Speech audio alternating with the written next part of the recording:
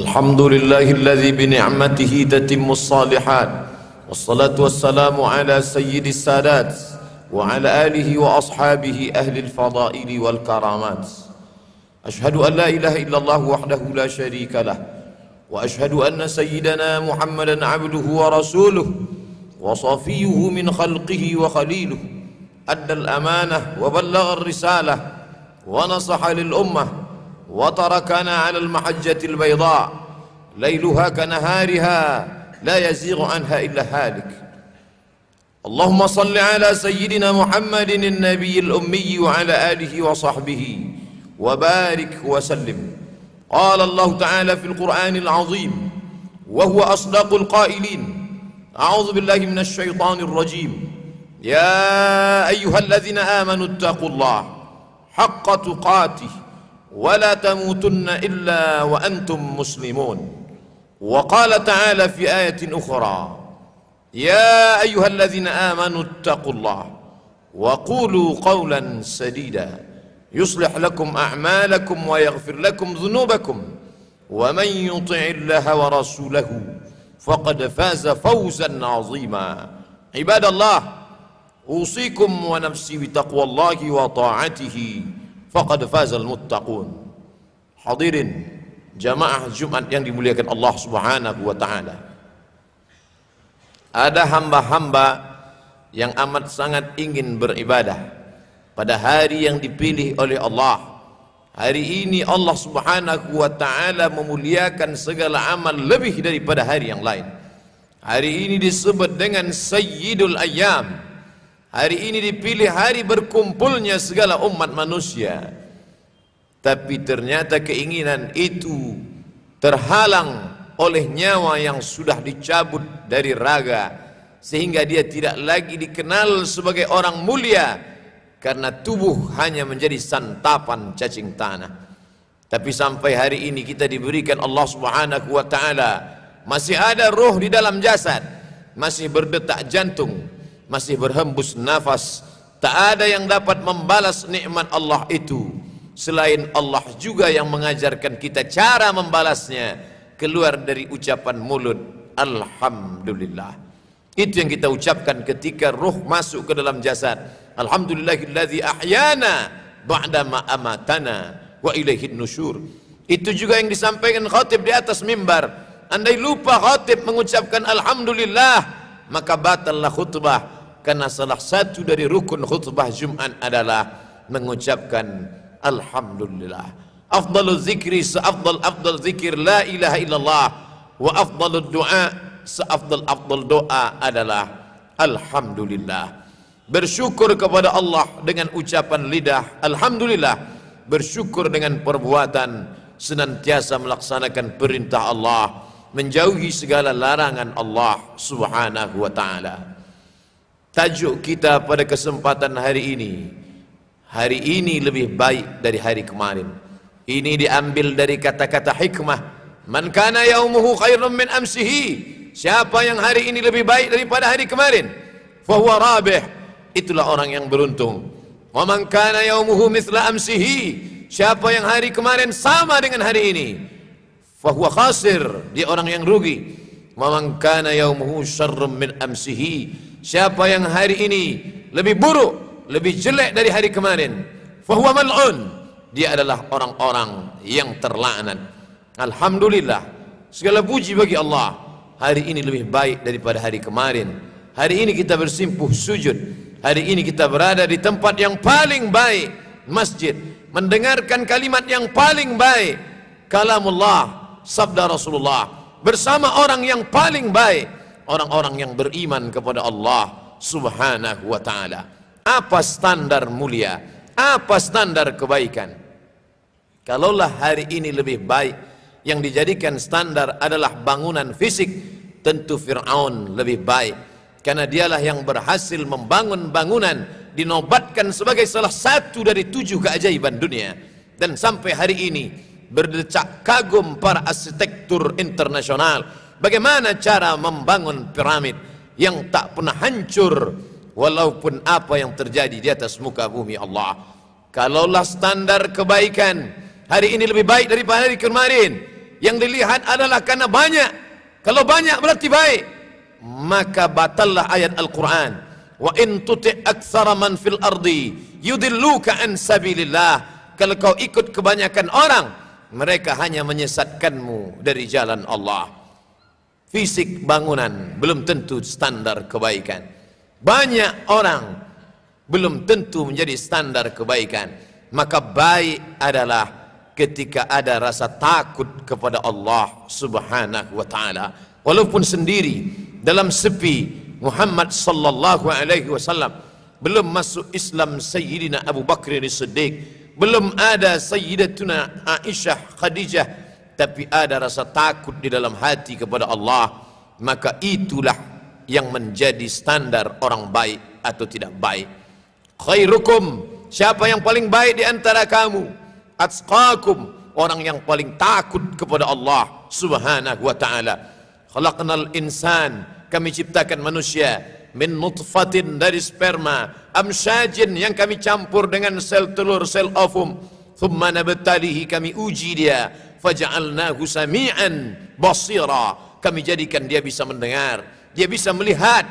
Dia sebelumnya bukan apa-apa dan bukan siapa-siapa, tapi ketika sudah ada ruh dalam jasadnya, muncullah hawa nafsu dan keinginan, nafsu makan, nafsu minum, nafsu biologis, nafsu kekuasaan, nafsu politik, membuat dia jatuh ke tempat yang paling rendah. Summa radadnahu asfala safilin. Tapi ketika dia ada rasa takut dalam hati, maka dia diangkat Allah setinggi-tingginya. Allah berikan dia, waliman khafa maqama rabbih jannatan. Orang-orang yang takut kepada Allah, Allah berikan mereka balasan 2 surga. Di dunia sudah berada di dalam surga. Idza marartum bi riyadil jannah, kalau kamu melewati taman-taman surga, farta'u, maka makan minumlah kalian di taman surga itu. Ya Rasulullah, bukankah surga itu di akhirat? Mana ada surga di dunia? Ada. Majalisus zikir, majlis-majlis zikir.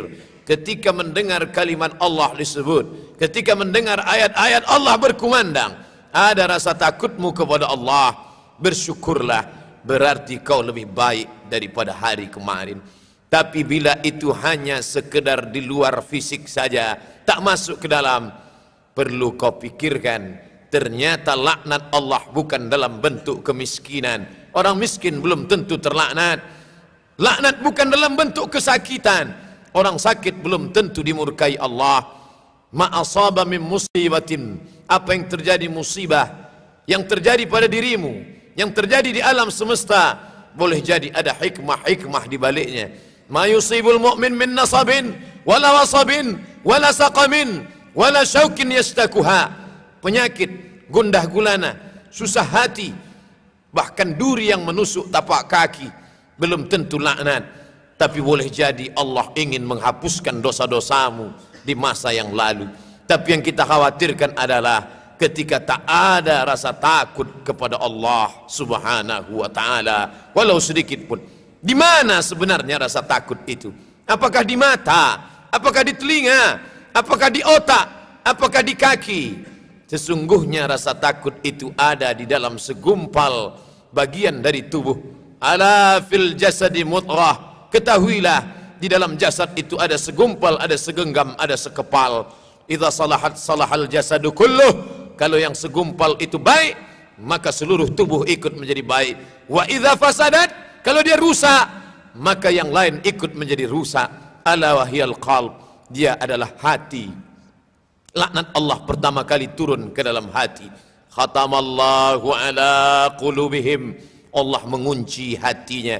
Kalau sudah hati terkunci, maka dia akan menular ke telinga. Wa ala sam'ihim, kalau sudah telinga tersumbat, maka dia akan menjalar ke mata. Wa ala absarihim ghishawah, di mata mereka ada pembalut penutup, sehingga telinga tak lagi berfungsi, sehingga mata tak lagi dapat mengambil pelajaran. Sempurnalah penderitaan. Summum bukmun amyun, peka, tuli, bisu, telinga tak mendengar, mata tak mengambil pelajaran. Berapa banyak menemukan orang susah, tapi tak bersusah hati melihat orang susah. Berapa kali mendengarkan pekik tangis teriakan orang miskin, tapi tak ada rasa simpati dan empati. Kenapa? Telinga sudah tersumbat, mata sudah tertutup. Summum, bukmun, umyun, fahum. 2 kali diulang. La yaqilun, mereka tak pernah mau berpikir. La yarji'un, mereka tidak mungkin kembali ke jalan kebenaran. Oleh sebab itu, kita bersihkan yang segumpal itu dengan menjawab seruan azan. Ketika azan berkumandang, Allahu Akbar, Allahu Akbar, mulut menjawab Allahu Akbar, Allahu Akbar. Kita usahakan dia masuk ke dalam hati. Kita masuk ke dalam tempat berwudu, kita basuh kedua tangan. Saat itu terasa dosa-dosa mengalir dari ujung jari jemari tangan. Saat dimasukkan air ke mulut dan ke hidung, keluarlah dosa-dosa lidah. Saat air dibasuhkan ke muka, keluarlah dosa-dosa dari kelopak biji mata. Saat air mengusap kepala, keluarlah dosa sampai ke lubang telinga. Ketika air menyiram kaki, maka keluarlah dosa dari celah-celah kuku kaki. Fisiknya bersih, batinnya ikut bersih, tapi dia tetap katakan kepada Allah, Ashhadu an la ilaha illallah wahdahu la syarikalah wa ashhadu anna Muhammadan abduhu wa rasuluh. Pengakuan kepada Allah, mengaku di hadapan Rasulullah. Setelah itu memohon, Allahumma ja'alni minat tawwabin. Kemarin aku tidak baik, hari ini aku ingin menjadi orang baik. Masukkan aku ke dalam orang-orang yang baik. Waj'alni minal mutatahhirin. Jadikan aku orang yang mensucikan hati dari hasad, dari riya, dari sum'ah, dari takbur, dari merasa diri lebih mulia. La yadkhulul jannah, tak masuk surga. Man kana fi qalbihi, siapa yang dalam hatinya mithqala habatin min khardalin min kibrin, ada sombong sebesar biji sawi. Waj'alni minal mutatahhirin, masukkan aku ke dalam orang-orang yang mensucikan hati ya Allah. Waj'alni min ibadikas salihin, jadikan aku termasuk orang-orang yang saleh. Bersimpuh sujudlah di hadapannya. Saat itu kau menjadi orang yang baik daripada hari kemarin.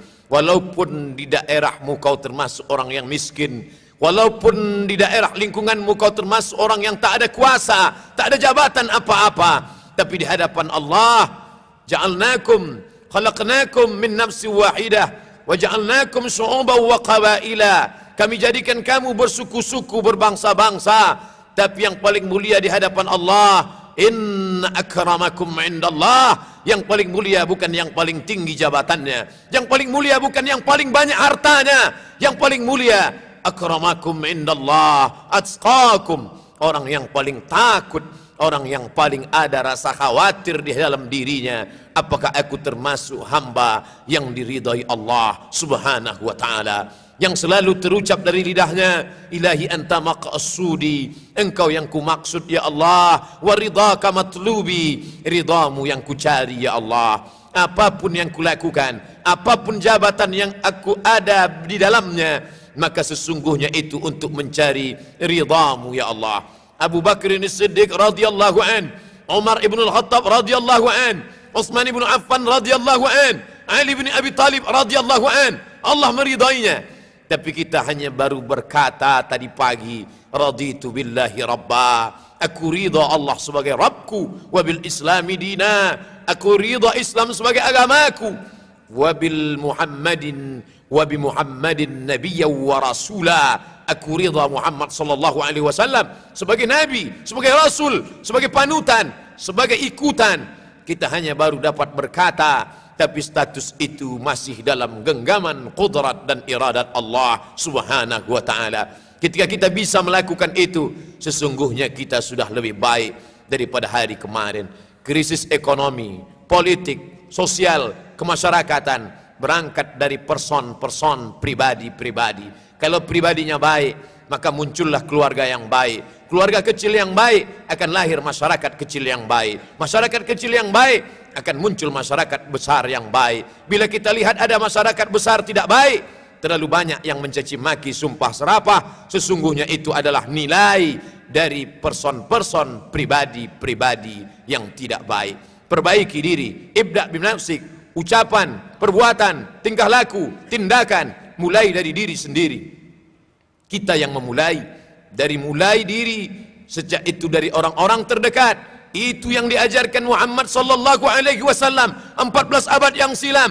Wa anzir ashiratakal aqrabin. Berikan peringatan pada kerabat-kerabatmu, sahabat-sahabatmu.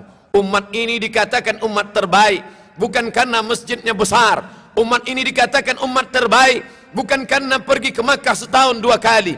Umat ini dikatakan umat terbaik bukan karena suaranya merdu membacakan Al-Quran. Umat ini dikatakan umat terbaik bukan karena suara lantang menyampaikan khutbah. Dia dikatakan terbaik. Kuntum khaira ummah. Kamu umat terbaik. Ta'muruna bil ma'ruf. Kalau kau sanggup mengajak orang berbuat baik. Wa tanhauna 'anil munkar. Kalau kau sanggup melarang perbuatan mungkar. Yang sanggup dengan tangannya, yang sanggup dengan kekuasaannya, yang sanggup dengan jabatannya. Man ra'a minkum mungkaran. Siapa di antara kalian melihat kemungkaran, falyughayyirhu biyadihi. Robah dengan tangan. Ketika tanda tanganmu masih berlaku, ketika kekuasaan ada dalam genggaman tanganmu, pakailah dia menegakkan agama Allah. Orang yang paling rugi adalah orang yang pernah menerima jabatan, orang yang pernah menerima kekuasaan tapi tidak dipakai menolong agama Allah. Oleh sebab itu, bila kau pakai dia menolong agama Allah, maka kau sudah menjadi orang terbaik. Salat duha baik, tapi itu bisa dilakukan siapa saja. Anak SD pun bisa salat duha. Membaca Al-Quran baik, tapi itu bisa dilakukan siapa saja. Anak TK pun pandai membaca Al-Quran. Salat, membaca Quran, puasa sunat baik, tapi itu bisa dilakukan siapa saja. Tapi ada perbuatan-perbuatan baik tidak bisa dilakukan semua orang. Siapa itu? Mengeluarkan perda syariah hanya bisa dilakukan oleh orang-orang terpilih, para anggota legislatif, orang yang punya kekuasaan, eksekutif, yudikatif, yang punya kekuasaan, diberikan Allah, pinjamkan kekuasaan di tangannya, bukan sebagai kehormatan, bukan untuk minta dilayani, tapi sebagai cara, jalan untuk menolong agama Allah subhanahu wa ta'ala. Di zaman susah untuk membedakan mana hak, mana batil, perang dalam diam, berkecamuk dalam senyap, susah membedakan antara kawan dan lawan, menggunting dalam lipatan, menjegal kawan seiring, musuh dalam selimut. Kita selalu meminta kepada Allah, Allahumma arinal haqqa haqqa, tunjukkan di mataku ya Allah bahwa yang hak itu adalah benar. Warzuqna tiba'ah, berikan aku kekuatan mengikutinya. Wa arinal batila batila, tunjukkan padaku bahwa yang batil itu salah. Warzuqna jitinabah, berikan aku kekuatan untuk menjauhinya. Semua orang berkata itu benar. Kalau tidak, kata Allah, maka dia tidak benar. Semua orang mengatakan kau akan mati. Kalau tidak, kata Allah, maka kau tidak akan mati. Maka yang terjadi hanya ada dalam kuasa kudrat iradat Allah. La in yajtama'atil ummah, berkumpul semua umat di dunia ini, ala ayadurruka bi syai'in, untuk memudaratkan engkau, tidak, kata Allah, maka tidak akan terjadi. La tataharraku dzarratu illa biiznillah, tidak akan bergerak satu biji sawi pun, tak akan gugur satu daun pun kecuali dengan izin Allah. Keberanian tak membuat engkau cepat mati, ketakutan pengecut tak memperlambat engkau mati. Kalau sudah mati, kata Allah, maka idza jaa ajaluhum la yastakhiruna sa'atan wa la yastaqdimun. Satu-satunya jalan yang menenangkan hati bukan sahabat sebanyak jauh mata memandang, bukan kerabat yang punya kekuasaan dan jabatan. Ala bizikrillah, ketahuilah dengan banyak berzikir mengingat Allah, tatma'innul qulub, maka hatimu akan menjadi tenang. Jangan pernah kau lupakan kontakmu dengan Allah. Hari ini orang kehilangan HP, lupa membawa alat komunikasi, dia pusing, dia galau, dia trauma, dia merasa sunyi. Tapi sudah berapa lama dia putus kontak dengan Allah subhanahu wa ta'ala. Alhamdulillah, hari ini kita sedang dalam jalinan koneksi yang paling baik. Di hari Jumat, bersama orang-orang terbaik, di tempat paling baik. Maka hubungan ini jangan pernah putus. Alladzina yadhkuruna Allah, orang-orang yang menyebut Allah qiyaman ketika tegak, wa qu'udan ketika duduk, wa ala junubihim ketika berbaring. Mengapa 3 posisi? Karena memang gerak manusia ada 3, tegak, duduk, dan berbaring. Tapi sesungguhnya ada makna hikmah di balik itu semua. Kau ingat Allah ketika tegak, ketika kau sedang berkuasa. Kau ingat Allah ketika sedang duduk, saat kau sudah pensiun tak lagi tegak. Kau ingat Allah saat berbaring, menunggu malaikat maut mencabut nyawa. Ketika nyawa dibawa oleh malaikat, disambut dengan kain kafan dari cahaya, berlomba-lomba malaikat membawanya ke pintu langit. Malaikat bertanya, inilah ruh orang yang amalnya setiap hari kami lihat di bawah malaikat, pagi dan petang. Malaikat pagi membawa di waktu petang, malaikat malam dibawa waktu subuh, dan kami sudah lama merindukan mereka. Kam min masyhurin fil ardi, berapa banyak orang yang masyhur di muka bumi, tapi malaikat tak pernah mengenalnya. Tapi ada orang-orang, dia bukan ulama, dia bukan ustadz, di dunia biasa-biasa saja, tapi malaikat mengenalnya karena catatan amalnya dibawa setiap hari. Maka itu yang diinginkan oleh setiap pecinta perindu kebenaran. Di hari ini orang-orang yang bingung melihat kebenaran, apakah dari media pers, apakah dari media sosial, semuanya mengacaukan pikiran. Tapi ada hamba-hamba Allah yang tidak kacau. Kenapa? Man qara'a surat Al-Kahfi yaumal jumu'ah, siapa yang membaca surat Al-Kahfi hari Jumat, adha'a lahu min nur, jadi berikan cahaya, pencerahan, the likeness ma bainal jumu'ataini, sampai hari Jumat yang akan datang.